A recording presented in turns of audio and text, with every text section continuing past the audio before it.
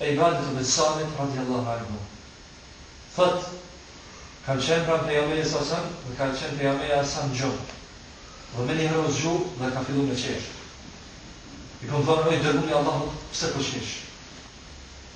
Thot, qad uridu alayya jayshun yaghzuna fil bahr, o kama qala sallallahu.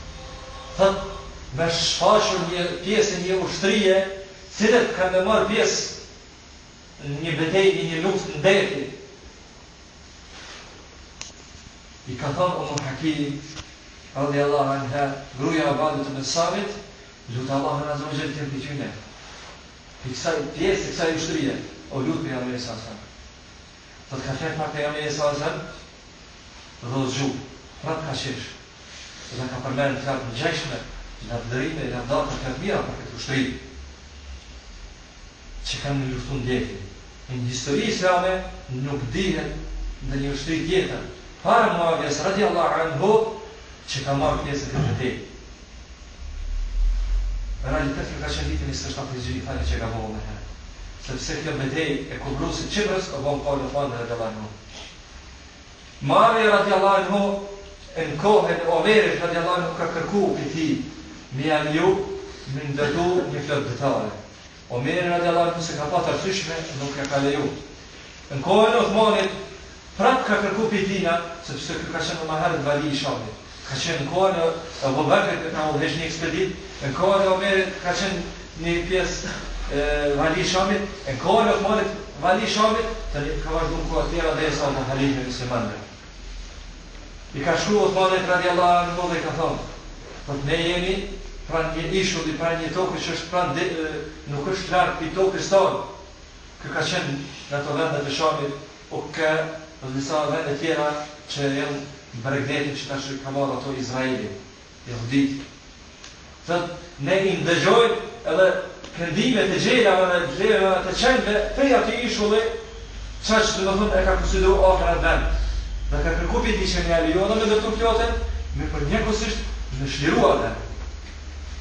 Pas kërkesave të shpeshta që ka bëu Muavija radhiyallahu anhu, sepse ka qenë njeri i përulën e Allahut azza wa jall, ka pas dëshirë, vullnet që me përhapjen e Allahut azza wa jall, atëherë Muavija radhiyallahu anhu i janë.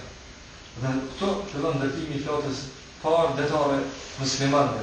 Peksa e kohë, viti 27 hijri, kohën e Muavijas radhiyallahu anhu kur ka udhëheq disa pjesë të Shamit edhe ka udhëheq, më thonë më vonë Misri, ku i ka ndërtuar fabrikat e flotës detare në disa vende të Shamit, se dhe në Misër në Iskenderije ose Aleksandri, që i thonë tash për të në të ri.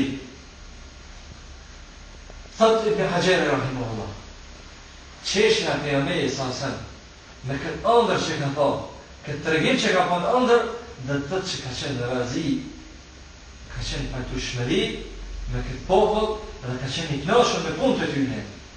Nga se farhi ose gëzimi ose qeshuri bëhet kur njeriu është i kënaqur me një punë.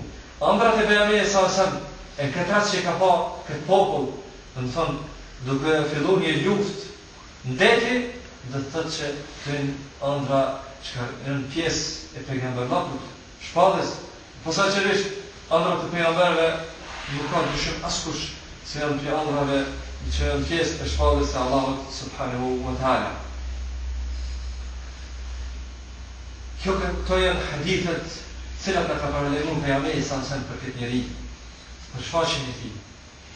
Ne do të përfundojmë sot dhe në javën e ardhshëm do të jemi me fjalët e ulemave dhe sahabëve radhiyallahu anhum rreth Muavija ibn Abi Sufjan, se dhe me mësile tjera që kanë bëjnë me hilafetin e tij dhe atë që ka jenë pas tij radhiyallahu anhum sundet ose në mëresën e muslimanëve. Lutë Allahun azza wa jalla emrat e tij të bukur dhe me cilësitë e tij të larta që të na bëjnë mundshme që të jemi për aty njerëzve që i pasojnë grupit të sahabëve dhe të jemi për aty njerëzve që kanë ngjallur me ta ditën e gjykimit, me pejgamberët, me dëshmorët, me njerëzit e mirë, me sahabët radhiyallahu anhum, e jo morin gjallë me njerëzit e këqij, sikur që janë Firauni, Hamani, Karuni, Ubej ibn Khalaf, se dhe gjithë ata cilët shpallën në armiqësinë e Allahut azza wa jall. Wallahu ta'ala a'lam, sallallahu alaihi wa sallam ala nabiyyina Muhammad, wa da'a ila kulli alhamdulillahi rabbil alamin.